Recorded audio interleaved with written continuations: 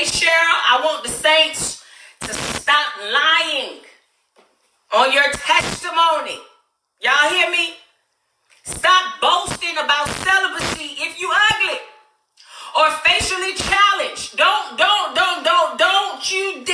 you keep talking about your testimony is that God has kept your vajayjay all these years and you're not attractive. That's not a testimony. That's not a testimony because nobody was even studying you. So that's not, I want y'all to stop lying because I heard something today and I was like, so I just want y'all to tell the real truth about what you struggle with. Can we do that? We going into, we in a whole nother decade. Jesus is coming back and the Bible says we must worship in spirit and truth. I want y'all to stop lying, okay? And I want you to tell the real truth about what you struggle with and stop using the fact that nobody is studying you as a cover-up. If you are facially challenged, okay, and, you know, being celibate is not a testimony. Not hunching is not a testimony. And I don't like that. I don't like that. Because, you know, we was having conversations and somebody was trying to condemn somebody else that's having a flesh issue. You know what I'm saying? That's having a problem with their members. Well, you know, my testimony is I've been celibate and I've been living for the Lord and I've been wholly waiting on my spouse that God is going to send me from the heavenlies. And I've been keeping myself all of these years because I am holy and I live in the Shekinah glory and I have not touched a man. And because God is holy and he says, be ye holy for I am. Shut up. No, that's not your testimony. They don't want you, sis.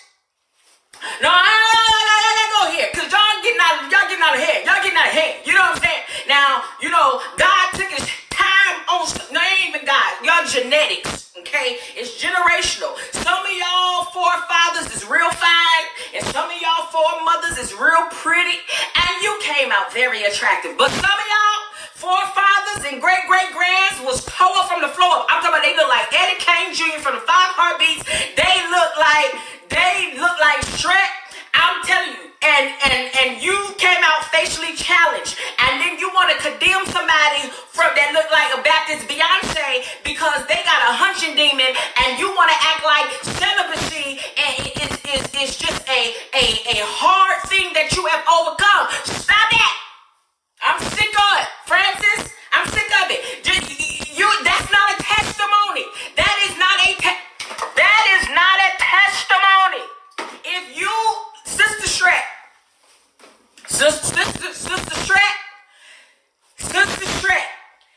it is not a testimony that you are celibate. You are celibate because nobody was looking. Okay?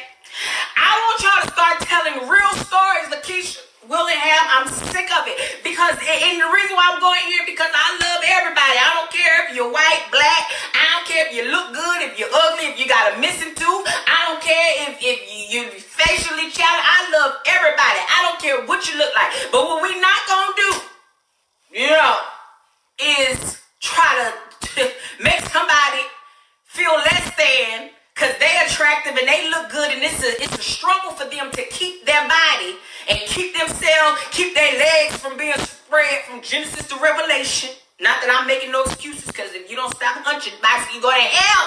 Ain't no wee-wee, ain't no pee-pee, ain't nothing worth me going to hell. I don't care what it look like, I don't care how big it is, I don't care how small it is, I don't care how juicy it is. I'm not going to hell for 5 seconds. That's maybe 7 seconds. I'm not doing it. But you're not going to condemn somebody who is finding it a struggle. If they look good or if they've been hunching since they was in kindergarten, of course it's a struggle to be celibate. And what you're not going to do, Sister Shrek, is make Baptist Beyonce feel like she going to hell because the men, the women, the cats, and the dogs are after her and nobody's after you. I want you to tell your story. You may not struggle with celibacy. I mean, you may not struggle with sex because nobody wants to see sex you. You're not struggling with sex, but tell us what you struggle with. Is it lying? Is it judging? Is it gossiping? Is it gluttony? Let's talk about the gluttony. Since we want to pick and choose, everybody, there's a lot of thickums in the body of the Christ. It's a lot of thickums in the body of the Christ.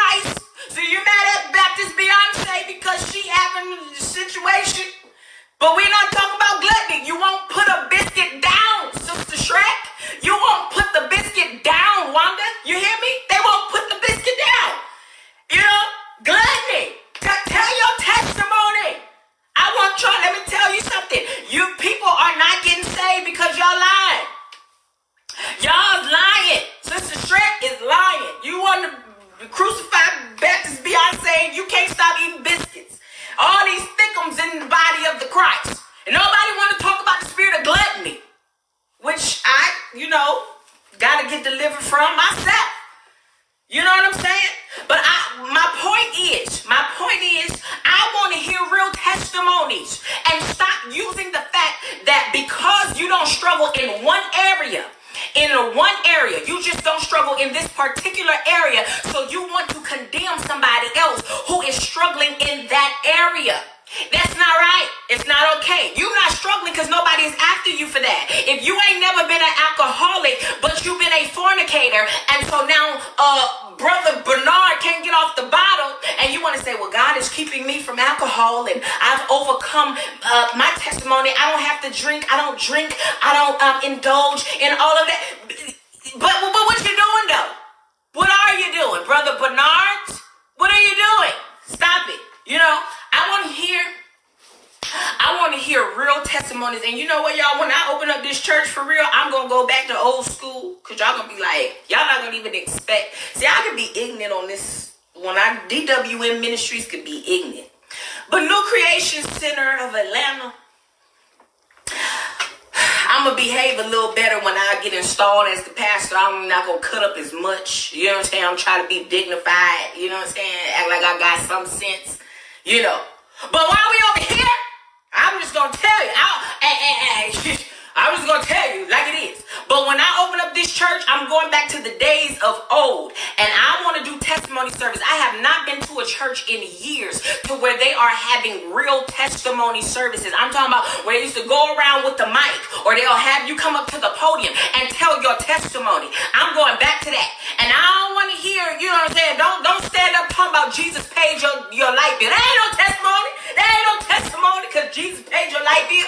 I don't want to hear that. That ain't no testimony. Oh, Jesus, he paid my life. No, abort.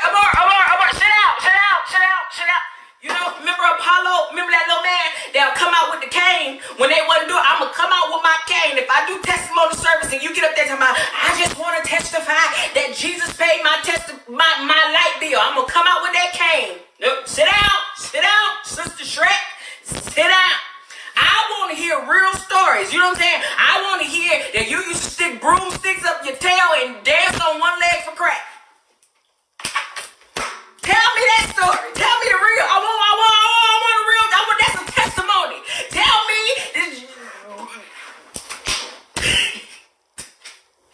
that you used to stick broomsticks up your tail for crack, and the Lord delivered you from the broomstick bandit. I want to hear the real story of what Jesus has saved you from. Because let me tell you, it's funny because, I felt like being ignorant tonight. But the reason why it's so important for us to tell our story and walk in our truth. Because there are so many people that are watching us. They are watching us. And so if you get up here lying, remember the saying that you may be the only Bible that people see. You may be the only thing ministry-wise or anything close to Christ. And if you come lying and not telling the truth about what you done overcome, now you ain't got a soul that can't come to Jesus because you won't tell them the truth. No, I struggle with this. I used to pop it like it's hot for crack on Figueroa, this century. I used to be on Fulton Industrial running butt naked with hair on my back. Tell them the truth. I used to steal bonbons and chips out of the liquor store because I was hungry. Tell them. I used to take the baby milk money to the... Okay, everybody, this your girl, Blessed Abundantly. I had to share a clip because I hear what she's saying. And when I first heard it, I automatically thought maybe she's talking about me because I have said that I am a celibate person now. But then I listened more and she began to say that this person looked like Shrek. And I know I don't look like Shrek and I don't have a gluttony problem. Okay. A lot of people think I don't even have enough food in the house. So it might have been somebody at her church, but let me say this. I am one of the ones who have gotten on social media and said I was celibate. But I also said why. The reason why I am celibate is because I don't want a man. I'm not into women neither. And I can understand if another woman thinks another woman is ugly.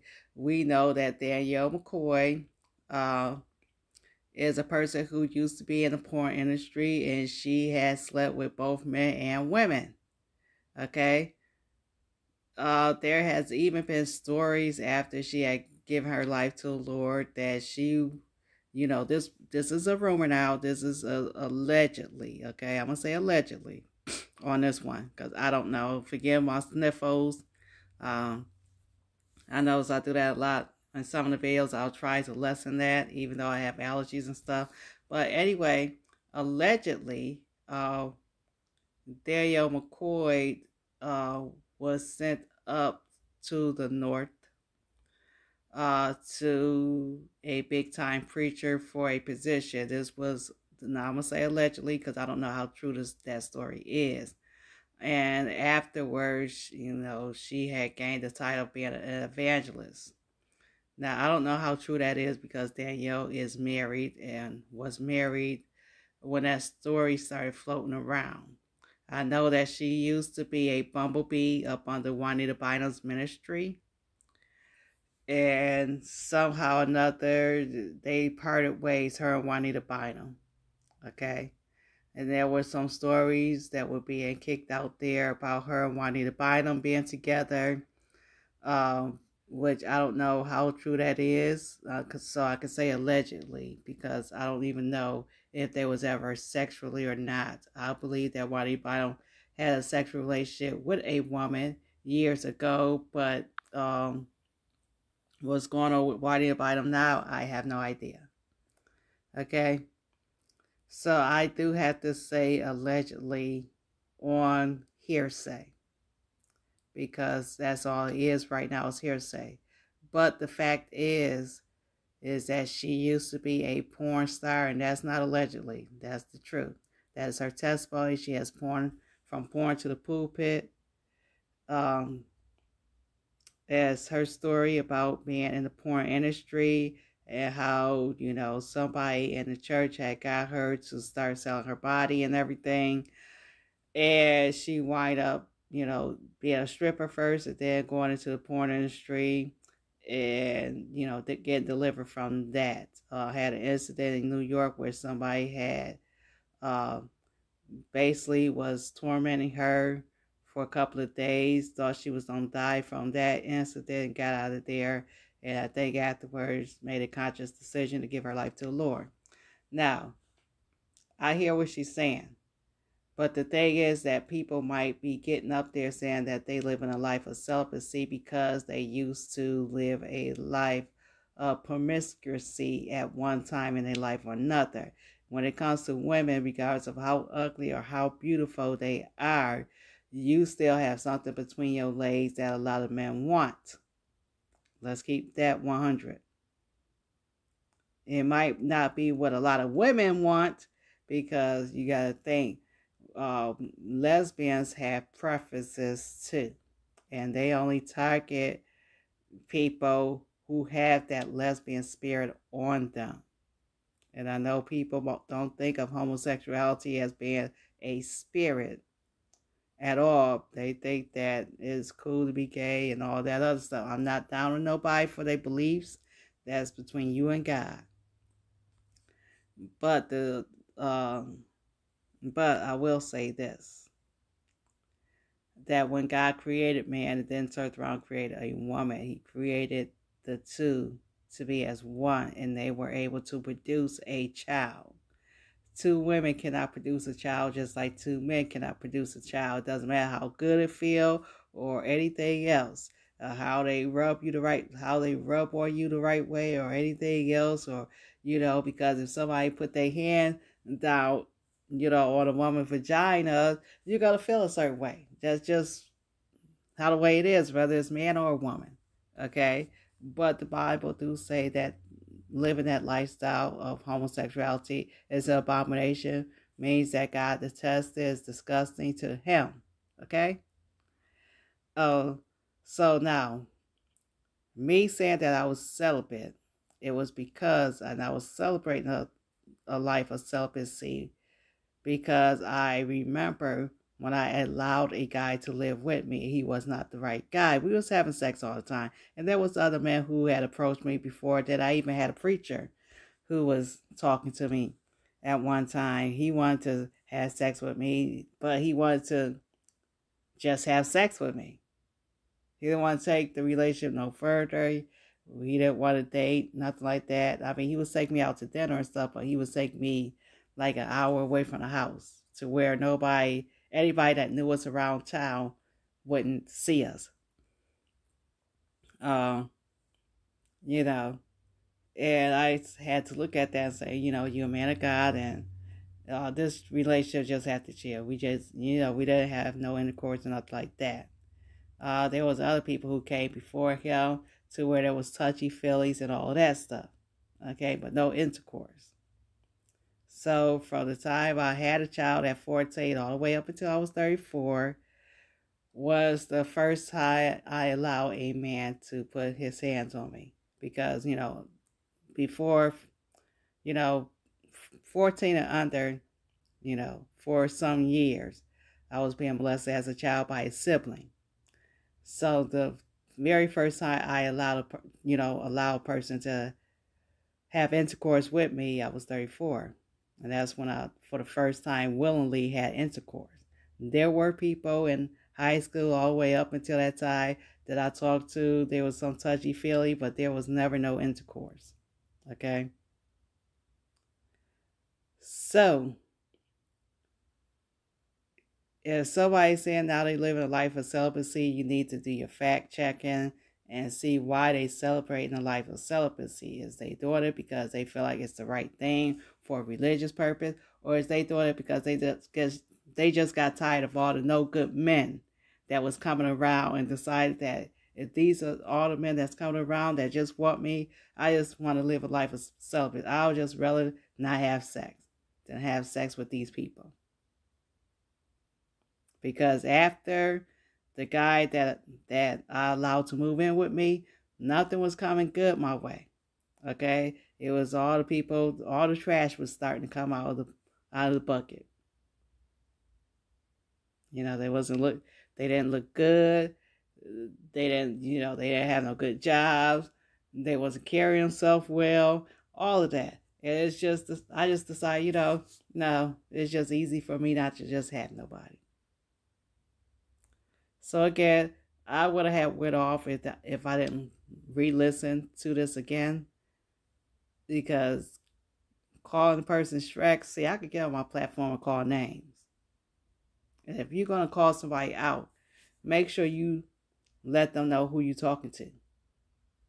Just like Juanita Bynum did. She called that woman's name out on her platform that made that comment, and somebody got into their feelings who don't like Juanita Bynum and went to calling her all these hoes and female dogs, and I had to be like, no, wait a minute now. Don't go there.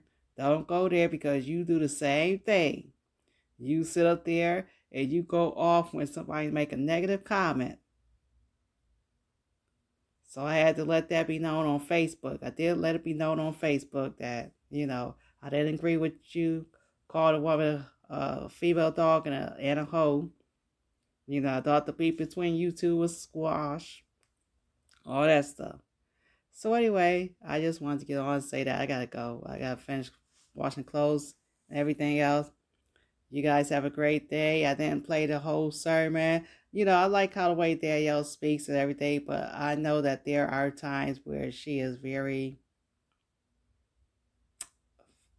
out there. How should I say it? She's very